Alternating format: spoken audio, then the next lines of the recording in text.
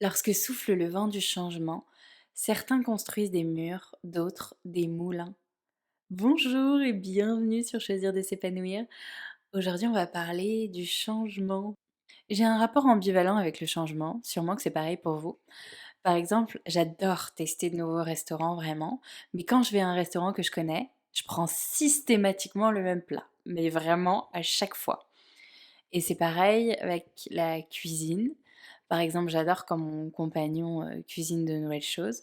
Mais quand il fait une recette que j'ai prévu de faire et qu'il veut rajouter des ingrédients, là, je refuse un peu. Je suis là, non, non, non, mais il faut la faire comme ça. Et c'est assez marrant finalement parce que je ne sais pas ce qui pourrait vraiment m'arriver. Ça illustre finalement plusieurs choses, plusieurs besoins fondamentaux, ce besoin de sécurité et en même temps ce besoin de découverte de variété, mais aussi des peurs. Et je trouve que c'est particulièrement intéressant de voir ce sujet parce que des changements, on en vit tous, des évolutions, il y en a chaque année, tout change en permanence et donc ça pourrait être intéressant d'être plus en paix avec le changement, d'aller voir pourquoi est-ce qu'on a peur et de voir comment est-ce qu'on pourrait vivre ça avec plus de sérénité, plus de détachement peut-être aussi. Si on regarde dans le dictionnaire Larousse la définition du changement, il y en a deux, et c'est assez intéressant parce que la première définition, c'est passage d'un état à un autre. Et finalement, oui, objectivement, d'une façon complètement neutre, c'est ça le changement. C'est le passage d'un état à un autre. Mais la deuxième définition, c'est bouleversement de l'ordre établi. Et là, on sent déjà que c'est plus neutre. Le bouleversement, il y a quand même cette idée de ouf, il y a des choses qui bougent, il y a des choses qui se passent, et ça crée des émotions, agréables, désagréables, mais en tout cas, il se passe quelque chose qui a l'air beaucoup plus remuant. Alors que passage d'un état à un autre, il y a un côté plus tranquille finalement, plus fluide. Et le contraire du changement, selon le dictionnaire Larousse, c'est la constance, la continuité, l'immobilisme. Là aussi, c'est intéressant parce que la continuité, on peut se dire que c'est assez positif, mais l'immobilisme, et c'est vrai, si on ne change pas, on est immobile, c'est finalement stagner, ne pas évoluer, et donc là, on voit que c'est peut-être pas si positif et qu'on aurait peut-être intérêt à apprécier le changement ou en tout cas à ne pas être contre le changement. Et bah du coup, transition toute trouvée, je voulais vous parler des avantages du changement. Quand on expérimente un changement, on va pouvoir apprendre. Apprendre sur soi, apprendre peut-être des nouvelles pratiques, une nouvelle culture. Le premier exemple qui me vient, c'est déménager de chez ses parents. C'est une étape par laquelle on passe et c'est un vrai changement et on apprend tous beaucoup de choses parce qu'il y a des choses qu'on n'avait jamais fait par nous-mêmes et on développe finalement des petites compétences. En deuxième point, eh bien ça renforce la confiance en soi, le changement, complètement. La confiance en soi, c'est lié à l'action. Et donc finalement, c'est en sortant de sa zone de confort que on s'impressionne et qu'on gagne petit à petit confiance en soi. Et le troisième point, c'est la possibilité d'aller vers le mieux. Parce qu'effectivement, quand on est immobile, il y a peu de chances de devenir du jour au lendemain plus épanoui, d'avoir une vie plus en adéquation avec ses valeurs. Alors c'est vrai qu'il n'y a pas forcément besoin de tout changer, mais il y a besoin de changer des choses. Ça peut être changer ses habitudes de pensée, alimentaires, son mode de vie, avoir de nouveaux amis, etc. Les inconvénients du changement, alors oui, le changement, ça peut faire peur. On a la peur du changement et il y a une peur qui est liée aussi, c'est la peur de l'inconnu, parce qu'on ne sait pas ce qu'il y a derrière. On dira jamais assez, on est des êtres d'habitude, c'est comme ça qu'on fonctionne et ça nous permet aussi de passer en mode automatique pour certaines choses, comme pour le trajet, pour rentrer du boulot. Et l'avantage du mode automatique, c'est qu'on garde notre énergie. Oui, mais on a aussi besoin d'évoluer. Le besoin de croissance, déjà, c'est un des besoins qui est fondamental et qu'on a tous en tant qu'être humain, alors bien sûr à des degrés variables, mais c'est vraiment un besoin fondamental. Quand on n'évolue pas, assez vite, on va se retrouver vraiment à stagner, voire à régresser. Quand tu es dans un poste que tu connais par cœur, où il n'y a plus de challenge, tu peux commencer à être distrait, à faire des erreurs, à procrastiner, ou à en tout cas ne plus prendre de plaisir. Le changement, on en a besoin, mais surtout, il est partout. Mais que tu choisisses le changement ou pas, tu peux pas nier que tout change autour de toi. Chaque jour, ton corps évolue, schématiquement, il grandit ou il vieillit, en tout cas, il se transforme. Il n'y a pas 2 jours où tu es exactement la même personne. Tes pensées, tes raisonnements évoluent, le monde bouge, les forêts, les océans, les technologies que l'on utilise. Chaque année est unique, chaque jour l'est, chaque minute est unique. Comment du coup être, plus en paix avec le changement?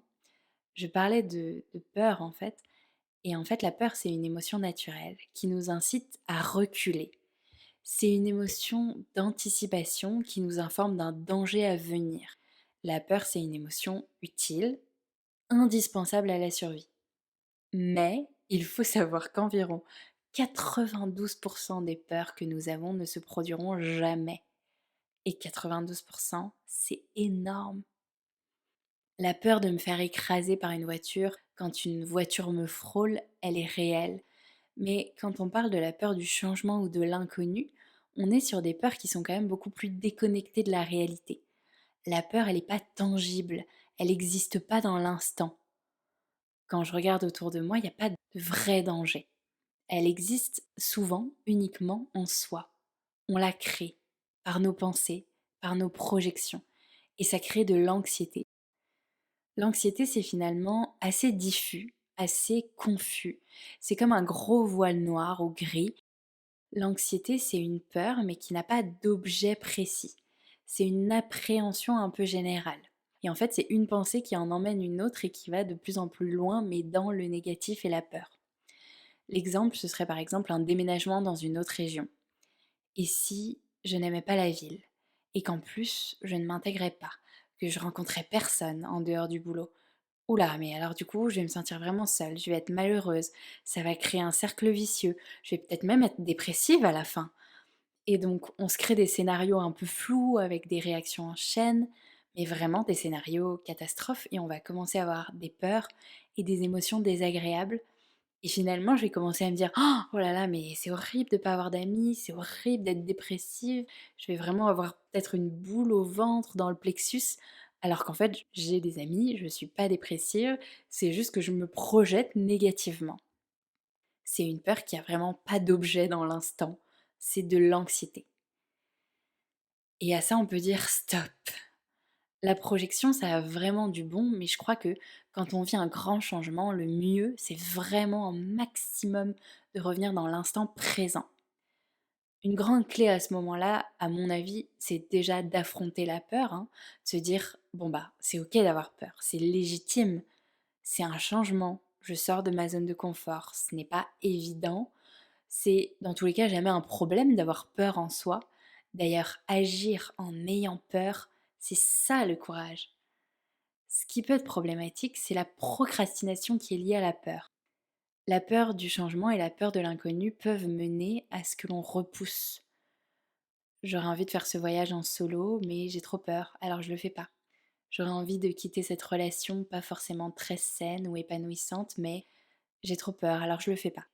Ce sont en partie ces peurs dont on parle, du changement, de l'inconnu, qui font que on va procrastiner ces changements, alors qu'au fond de nous, on sent bien qu'ils sont nécessaires et qu'on en a besoin.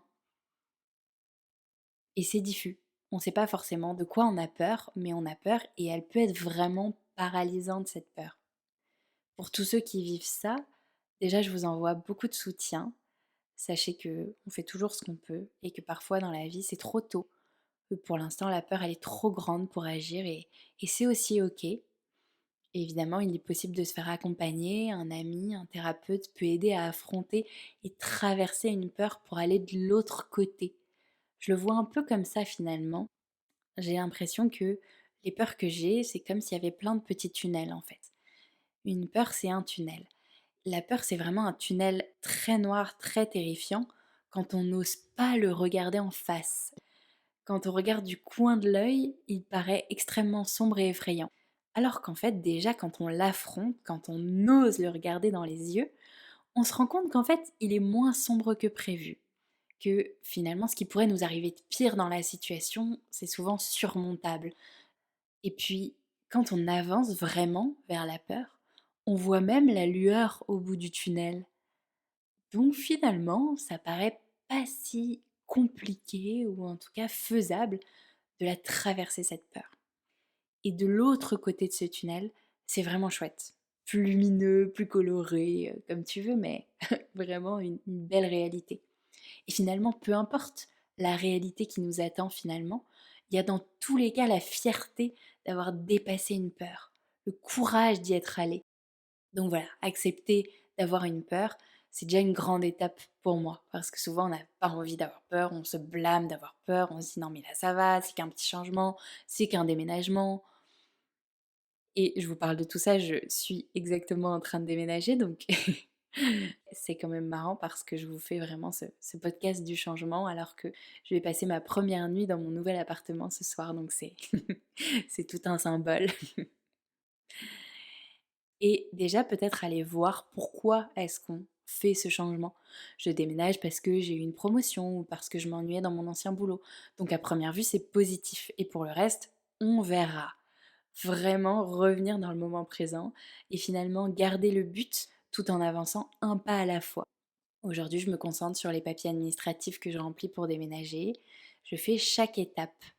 Un changement, c'est un peu comme une montagne finalement, plus ou moins grande, et je pense qu'on a tous fait des randonnées où on a vu le sommet et où le guide nous a dit: «Aujourd'hui, on va là», et où on s'est dit: «Oh non, mais moi je vais pas y arriver, mais c'est trop loin, mais c'est trop haut, mais ça a l'air escarpé», et hop, engrenage. Engrenage négatif de peur et une certaine anxiété. On ne sait pas trop de quoi on a peur, mais on a peur. Et finalement, on peut vraiment s'imaginer ces petits engrenages de pensées négatives, hein, ces petits trous qui s'emboîtent à toute allure pour créer des peurs qui vont entretenir ou créer d'autres peurs. Et là, c'est vraiment imaginer qu'on met un crayon dans l'engrenage et qu'on dit stop, qu'on se regarde agir de l'extérieur et qu'on se dit bon, on va arrêter là, on va revenir dans le moment présent et on commence une action à la fois. Donc voilà, accepter d'avoir des peurs, s'encourager, pas se blâmer, revenir un maximum dans le présent, affronter chaque problème, chaque étape à la fois. C'est un bon exercice dans tous les cas, hein, pour essayer de vivre davantage le moment présent, de se focaliser sur toutes les activités de la journée, parce que souvent on vit pas totalement notre vie, on pense beaucoup au passé, au futur et on oublie le présent qui est le seul moment qui compte réellement, qui est vraiment là et qu'on pourra plus jamais revivre après. Et puis, une grande clé, se laisser le temps. On a souvent des attentes, des projections. Je commence un nouveau boulot, je vais être super opérationnelle, connaître toutes les nouvelles tâches au bout de 3 mois. Mais peut-être que ce ne sera pas possible. Donc revenir dans le présent et mettre tout particulièrement à ce moment-là, dans ces périodes de changement où on peut être plus vulnérable, une cape de bienveillance. On a besoin de temps pour se rééquilibrer, retrouver des habitudes et une certaine sécurité. C'est vraiment beaucoup, hein, de gérer toutes ces nouvelles informations et c'est peut-être une période où tu vas avoir besoin de plus de sommeil. Et là encore, c'est ok. J'ai parlé là de changements qu'on vit tous plusieurs fois dans une vie, comme un déménagement, un nouveau boulot. Mais il y a aussi beaucoup de changements qui peuvent paraître plus petits, mais qui nécessitent de l'adaptation. Une promotion, une nouvelle pratique sportive, une nouvelle relation amoureuse évidemment, mais peut-être même une nouvelle coupe de cheveux finalement. Un voyage dans un nouveau pays par exemple.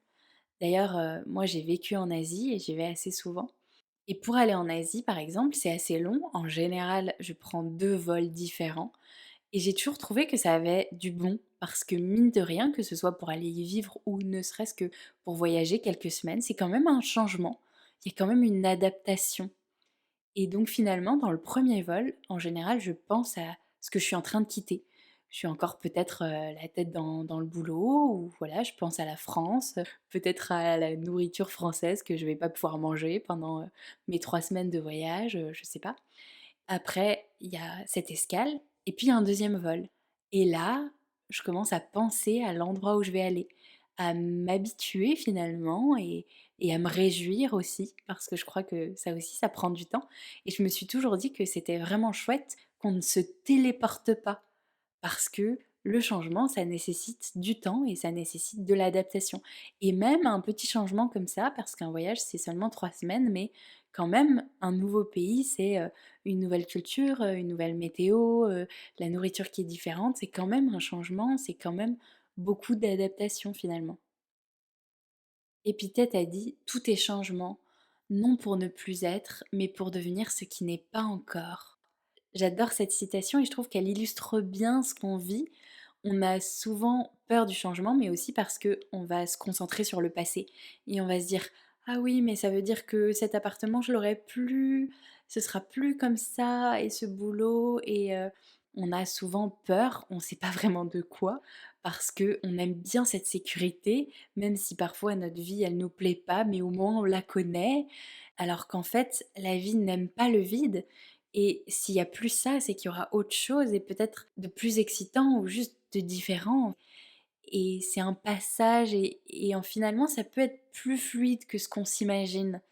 On a l'impression qu'on va vivre des moments de vide où il y aura rien. Ça n'existe pas le vide. Ce sera juste différent. Et différent, c'est pas forcément négatif, ça peut même être très chouette. Et cette impression de vide, en fait, dans le changement, je l'ai vécue, une fois dans un aéroport.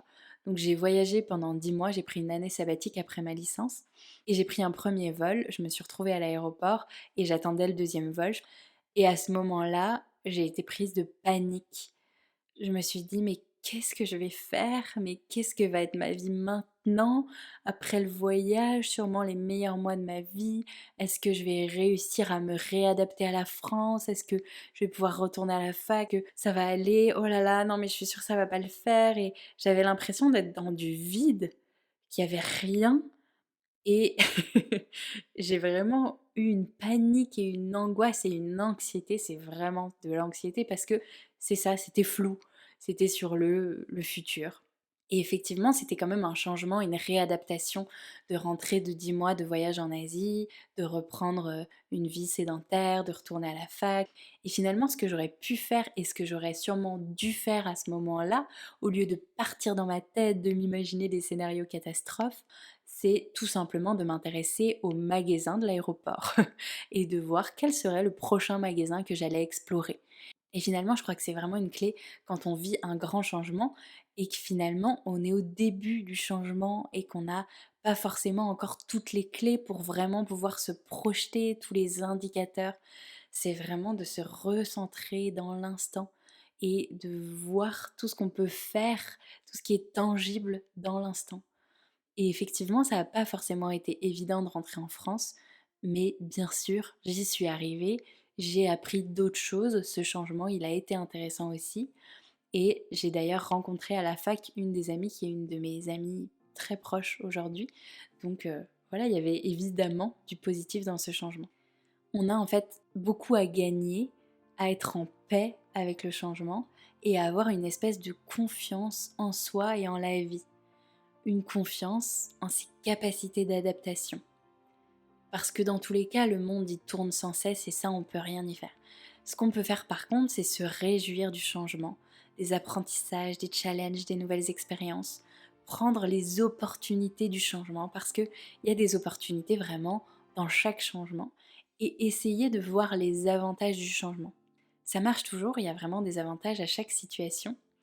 Le plus douloureux finalement, c'est jamais le changement, c'est la résistance au changement. On se crée plein d'émotions désagréables en disant que ça ne va pas, que ça va pas aller, que c'était mieux avant. Et on arrive parfois dans un changement avec déjà beaucoup de résistance, des idées préconçues, que ça va pas marcher, que ça va pas aller, qui n'aident pas forcément à ce que le changement se passe de façon fluide et positive. Voir les avantages et croire en soi pour s'adapter, rebondir, trouver le positif dans chaque situation et même au milieu du chaos, si chaos tu dois vivre. Tu peux donc te répéter cette phrase et l'ancrer en toi. J'ai confiance en mes capacités d'adaptation. Quelle que soit la situation, je m'adapterai. Et c'est pas moi qui le dis, hein, je suis sûre que tu peux trouver une situation où tu ne pensais pas pouvoir y arriver et où finalement, avec du recul, tu as réussi à t'en sortir, tu as réussi à t'adapter. Parce que certes, nous sommes des êtres d'habitude, mais nous sommes aussi des êtres qui avons une capacité d'adaptation absolument incroyable. D'ailleurs là encore, ce n'est pas moi qui le dis. Socrate a dit « Ce qui fait l'homme, c'est sa grande faculté d'adaptation ». Voilà, c'est tout pour ce podcast sur le changement. J'espère qu'il t'a été agréable et peut-être utile, peut-être qu'il te donnera envie de voir le changement différemment et de vivre ton prochain changement plus sereinement, un pas à la fois et en te laissant du temps. Je mets 10 clés pour développer de l'amour de soi en barre d'infos, donc il suffit de cliquer, c'est un petit cadeau. Et évidemment, il y a aussi mes coordonnées si tu souhaites aller plus loin et vraiment aller sur le chemin de l'estime de soi. Je suis coach spécialisée dans le développement de l'amour de soi. Je t'invite à me contacter si tu en as besoin et que tu ressens que c'est le moment. On se retrouve très vite pour un nouveau mois et un nouveau thème. Et en attendant, prends soin de toi. Ciao!